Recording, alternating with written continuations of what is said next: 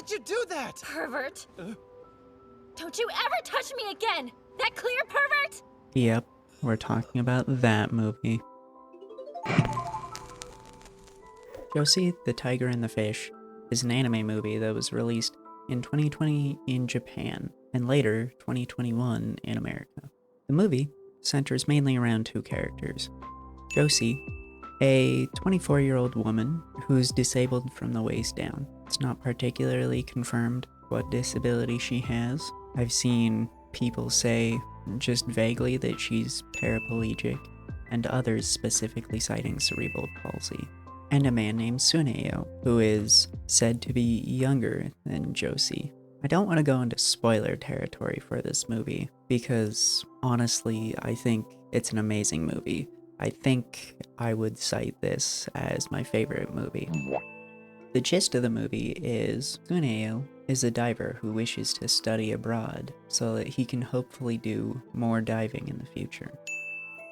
Of course, to get a scholarship, he needs a lot of money, so he's taking on several jobs. Later on, as he's going for a walk late at night, Josee suddenly comes barreling down the street in her wheelchair, unable to stop herself. She ends up running into Tsuneo. He catches her, and she ends up relatively alright. From their first interaction, you can kinda get the idea that Josee is very put off by people. What the? Why'd you do that? Pervert. Josee's grandmother ends up running to find them, and because Tsuneo saved Josee, her grandmother invites him over. It's clear from how Josee behaves that she isn't very fond of him being around at first. This guy's not my friend. He's nothing more than a pervert. However, despite that, Josee's grandmother asks if Tsuneo would take on the job of watching Josee for her, and she will pay him well. Throughout the first few times that Tsuneo comes to watch Josee, we can see that, for one, she stays fairly closed off to him, only asking for him to do silly little menial things just to egg him on or give her some sort of satisfaction. In all that time, we see her mostly crawling from room to room using her arms. Now, the reason why this is my favorite movie and why it hit me so aggressively hard is because I myself am disabled in the same way, from the waist down with cerebral palsy.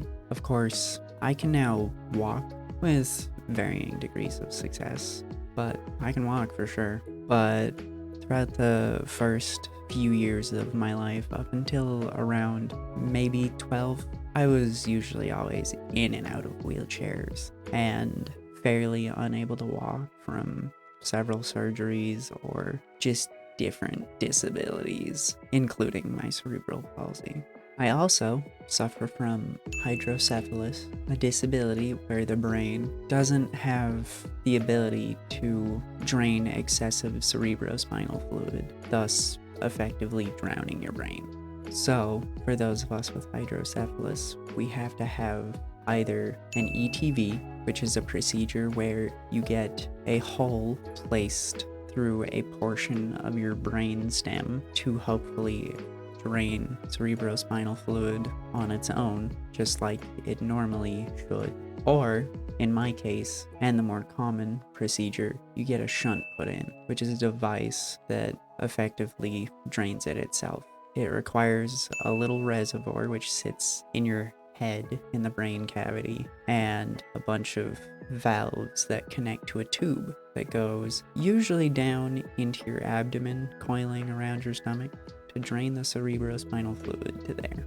Of course, this isn't relevant to the movie, but I did just want to put into perspective a lot of the struggles that I share or things I have similar,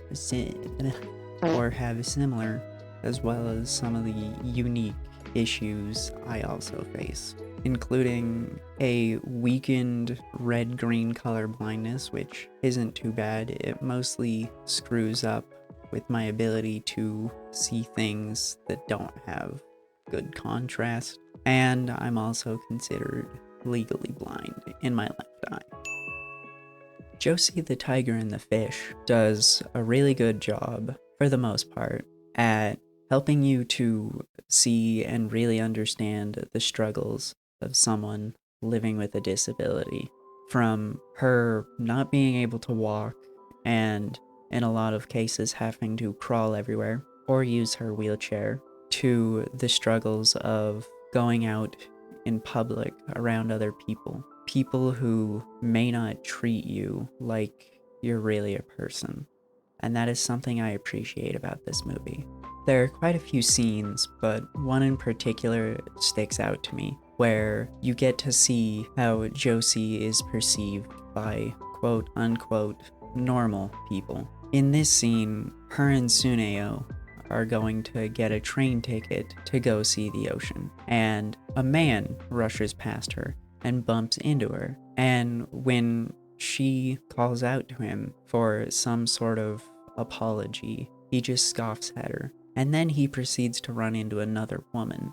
But what about the ocean? You were so insistent. Hey, mister, you just bumped into her. Huh? Your friend bumped into me, pal. You've got to be kidding me. That guy's such a jerk. Would you watch where you're going? Oh, shut up, Granny. What did you call me? Apologize right now or I'll rip out your hair and feed it to you. I'm sorry, man. And the interesting thing about this interaction to me, from what I can remember, the woman doesn't even interrogate the man for any relation to Josee, only simply because he ran into her. So when she goes to confront him about it and gets him to apologize, she doesn't even get him to apologize to Josee. This is an experience I share all too well and am all too familiar with.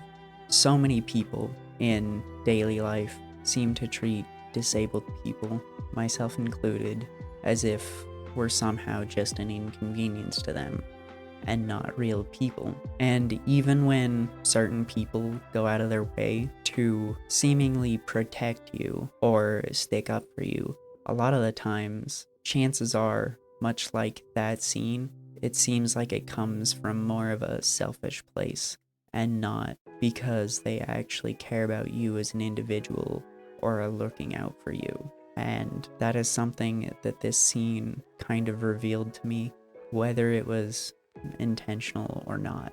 And it's something I've experienced quite a lot.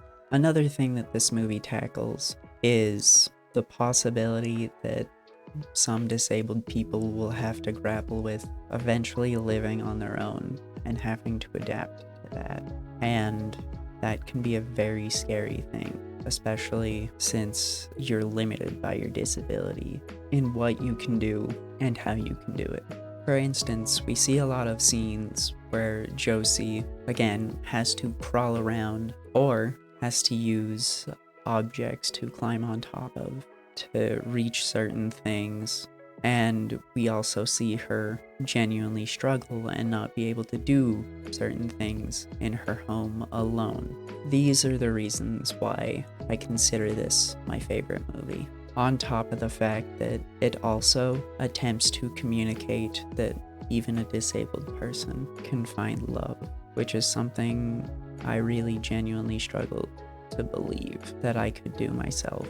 Not to mention with the intensely growing decline of dating culture and people's openness and caring for each other in today's age of technology. Of course, due to this movie's attempts at putting a disabled woman with another man, the movie was not without controversy, which I don't particularly want to get into, but I figured I'd mention it because it is an important reason this movie has gained the traction that it has, whether that be negative or positive, especially considering that a lot of very bitter people on Twitter used scenes in this movie to justify any reason why men should not be trusted and why potentially love is just fake and that you will potentially be used at any opportunity.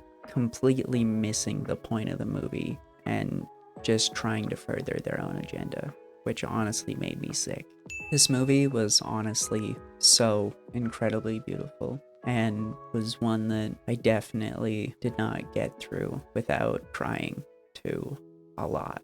It hit me in a really, really deep, understood way. And I feel like, unfortunately, if I were to even show this movie to my friends, they wouldn't have the same takeaway or see it in the same light as I do.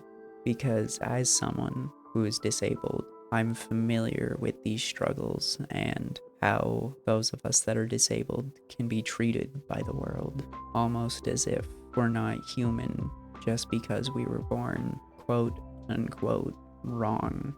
Unfortunately, for as positive and wonderful of a movie as this was, I feel like it's almost tainted by the fact that this is an adaptation based upon 2 prior works of media. The original short story that is only about 40 pages, where they end up breaking up at the end of it. And then the fuller live action adaptation, where they do end up getting married, but seemingly, to my knowledge, they end up divorcing. And I honestly find that so disappointing that it feels like those 2 previous works come as a detriment to this story and the groundwork it laid as a beacon of hope and understanding for those of us who are disabled, being able to see Josee in ourselves and the struggles that she goes through that we may also share, as well as the potential that even those of us that are disabled could find love. And I feel like just today, coming into the knowledge that this is a movie based upon 2 prior works that chose to took the more cynical, depressing route to all of this, honestly disappoints me. This movie is such a beautiful movie, and I really suggest that you go and watch it. It is really worth a watch, especially because for those of you that aren't disabled, it could potentially open your eyes to the struggles that we who have disabilities end up facing potentially on the daily. And as well, it just spreads a really good message that I wish more people understood nowadays. Anyway, this video might have been a little bit scatterbrained. I attempted to script it, but I honestly couldn't. So there might be things missing that I wanted to talk about, that things might be disjointed. Who knows? I hope you enjoyed this video, and I'll see you all next time. Peace. Oh, also, Mai fucking sucks. I hate her. She's such a selfish character. Okay, bye.